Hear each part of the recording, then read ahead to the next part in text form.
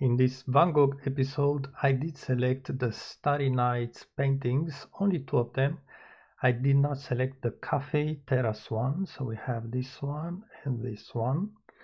Let's see this Starry Night over the Rhone. There's this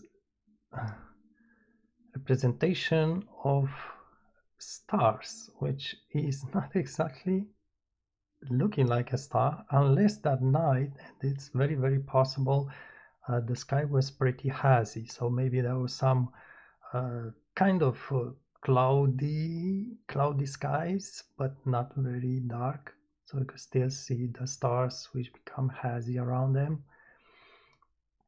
I'll show you in the next painting. I have a much better zoom in, more resolution, but you can already get the idea how he was doing these stars. It looks like a small flower. And also he's mentioning in one of his letters that he did not like the dark representation of a night, the black color on a painting to represent the darkness or the night. That's the reason why he's using mostly green, sometimes blue, violet, all these shades to represent the skies at night, but never dark, really black color. Maybe some shades here, but very little. I did read that he started to paint the stars in this way. In the first painting was the Café Terrace in Paris. That also very infamous painting, which I'm not showing here because it's kind of different colors on it, so it didn't fit this batch of paintings, in my opinion. Now it's still very present, this idea of the light over the night. So this contrast between a few isolated light spots, being the stars, being lamps, or what was back in there, perhaps gas lamps, petrol gas lamps on the streets, or maybe windows of homes, and the contrast between this kind of source of light and the blackness of the night. But again, he didn't like the blackness actually of the night, and he's specifically mentioned it in a letter, one of the many letters that he wrote and have been preserved. I'll show you a zoom on these two persons here, because I don't know what to say about this. I'll let you judge by yourself. So these are the faces. It appears to be man and woman, but I'll let you come to a conclusion. To me, this guy looks more like a pig face. Look at the nose. Lady looks more like a some scary creature of a kind. Perhaps he didn't pay attention when he struck the canvas, but still he looks like the two person are watching him from a distance, and the addition is perhaps maybe guessing a funny part of the painting. Maybe he felt like just the image of the night and the landscape wasn't enough. He had to put these two people in there. So this is for this first painting. Let's just okay, so I also have the actual image. So this is the place where he did that paint, and it appears he wasn't far away from the place where he was renting a room in this is France, Rome.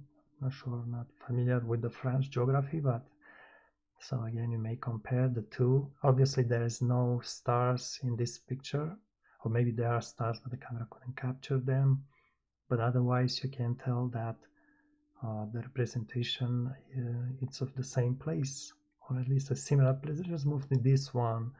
Now this one is a big fire. I could find a very high resolution fire, and I could zoom into it before just maybe mention it. It looks like a village. Let's just try to zoom in to this painting, and you will see we can go very close. It's a big resolution. My computer takes for a while. just to get that big page in the memory. So again, this is another one of those stars from the Starry Night. And you will notice something very interesting is that you can see the canvas here. The canvas itself, untouched, uncovered.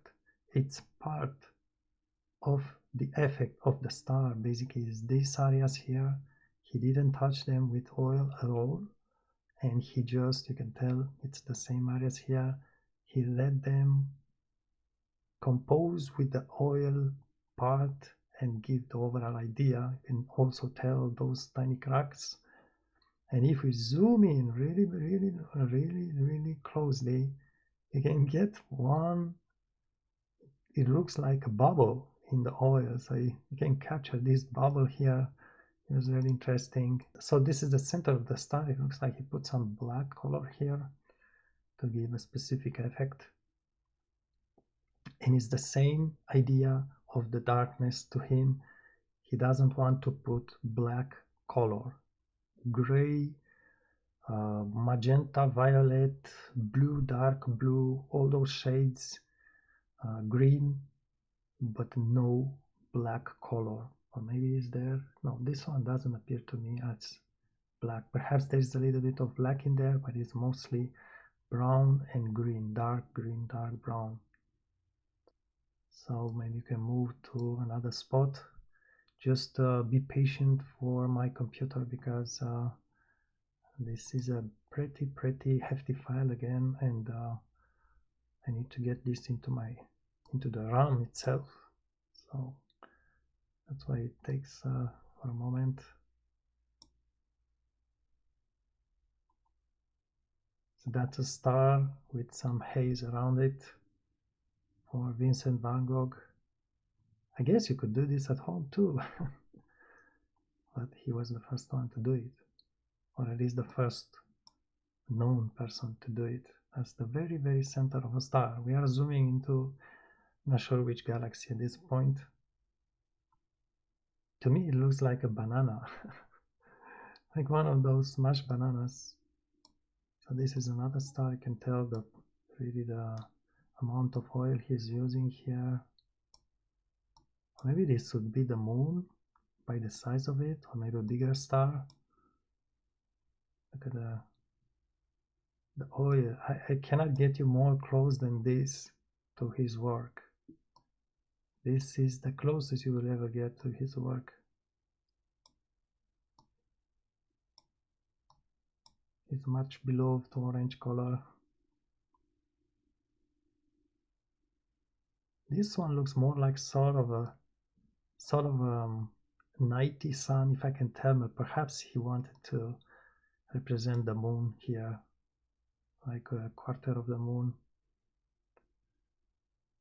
There you have it, very close and personal with his painting. All right, thanks for watching.